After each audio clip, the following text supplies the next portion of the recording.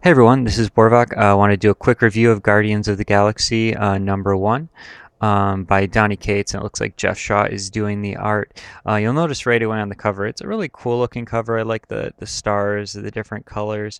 But you notice we've got Groot and we've got Star-Lord, but they're the only recognizable members of the current cast that people are used to.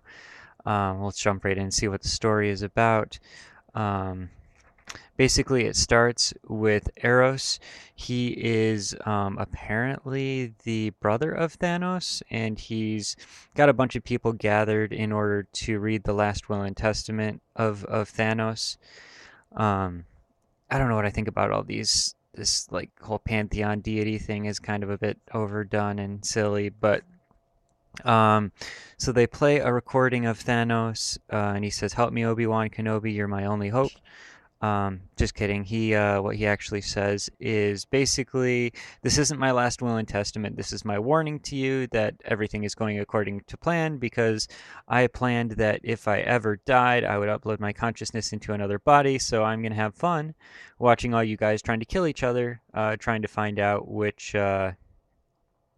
body I'm going to come back in, or rather, that's what I'd like to say, but I'm currently dead, so I wish I could see you all scramble to try to kill me while I'm coming back to life, but I am coming back to life, and I'm unfortunately going to miss out on that while I'm coming back to life. So, nice guy.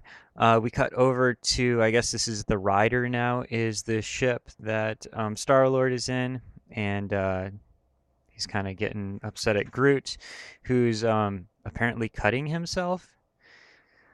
I guess I would too if I was made of wood and I had all those spikes all over me. I don't know what I think about this Mohawk Groot. It looks a little try hard. Maybe there's a reason for it, but uh, this is yeah, I don't know. Um, so we're going back to the meeting, and they're all talking about, oh no, we gotta. There's Frank Castle, by the way, is the Ghost Rider. Why is Frank Castle the Ghost Rider? I missed a memo on that, but Um, yeah, so they're talking about, who could be potentially, who could Thanos's consciousness be coming back to, who could be the body that he's trying to take over. Basically, here are all of our prime suspects, and we basically have to kill them all so that Thanos doesn't come back, starting with Gamora. Oh, and by the way, I said earlier, the reason you guys are here, not the Avengers, is because you guys aren't afraid to get your hands dirty like the Avengers are.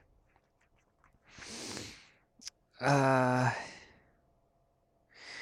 uh, Earlier, I kind of skipped a page, but Peter Quill was on his way to nowhere. He arrives where nowhere should be, and nowhere is not there. It's not nowhere, probably, but it isn't where it's supposed to be. And here it is, um, shooting out some tentacles at the place where the meeting is being held of Thanos' not last will and testament.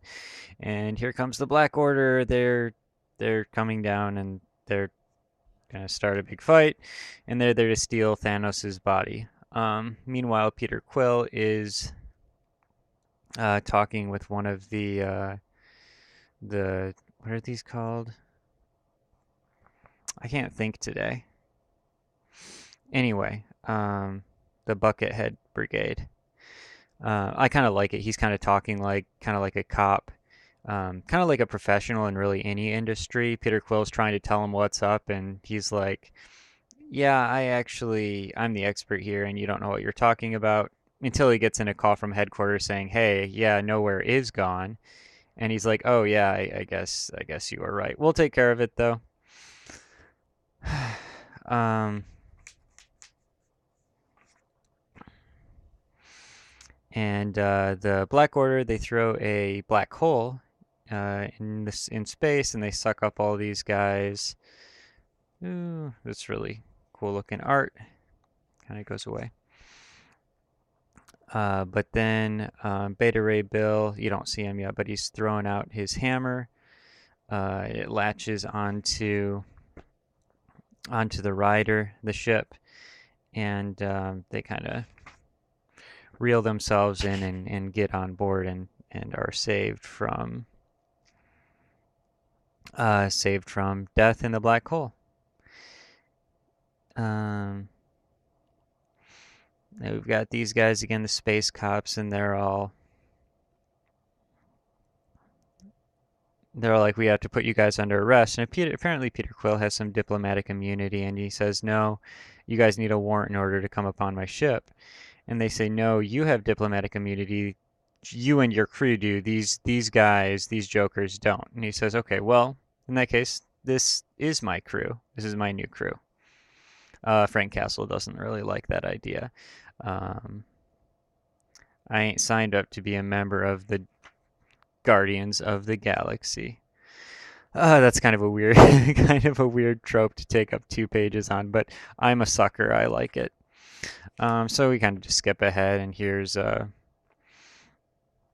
this lady's being told that, she's trying to resurrect Thanos, and they're saying, are you sure you want to do that? Death is where Thanos is dead now. He is with death, so to speak.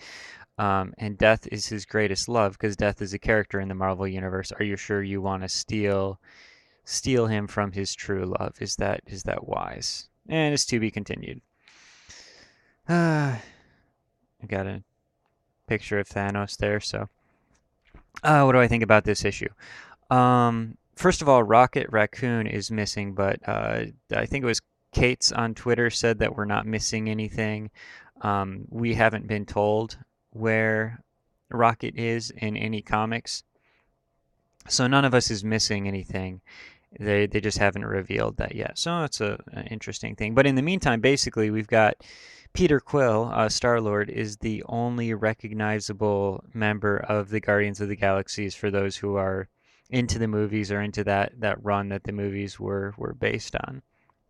I know they've got a little bit of a history of a, how would you say, they're kind of like the Avengers, where they switch cast members. They kind of rotate cast members a lot, but it would have been nice to kind of stick with the, at least more of the core cast that people are used to now. But we basically got Peter Quill, and we've got Groot, but it's like a punk rocker Groot, kind of try-hard punk rocker Groot, and I'm not a big fan of that. It seems a little weird. We'll probably get Rocket back, and that'll be good.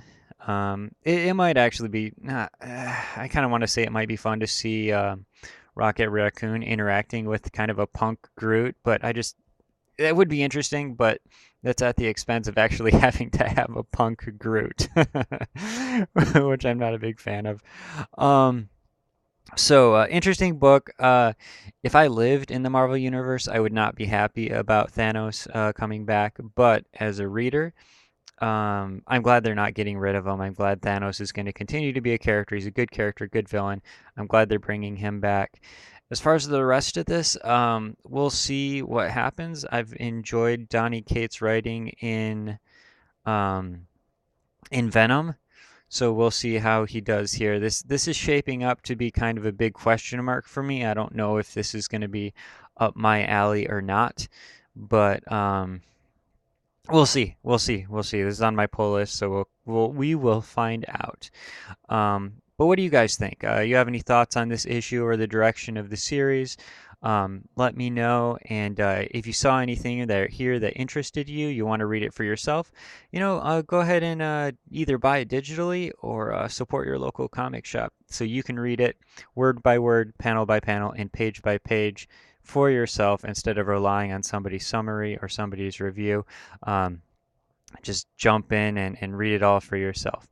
Again, any thoughts on any of this, let me know in the comment section, and I will talk to you guys there. Bye.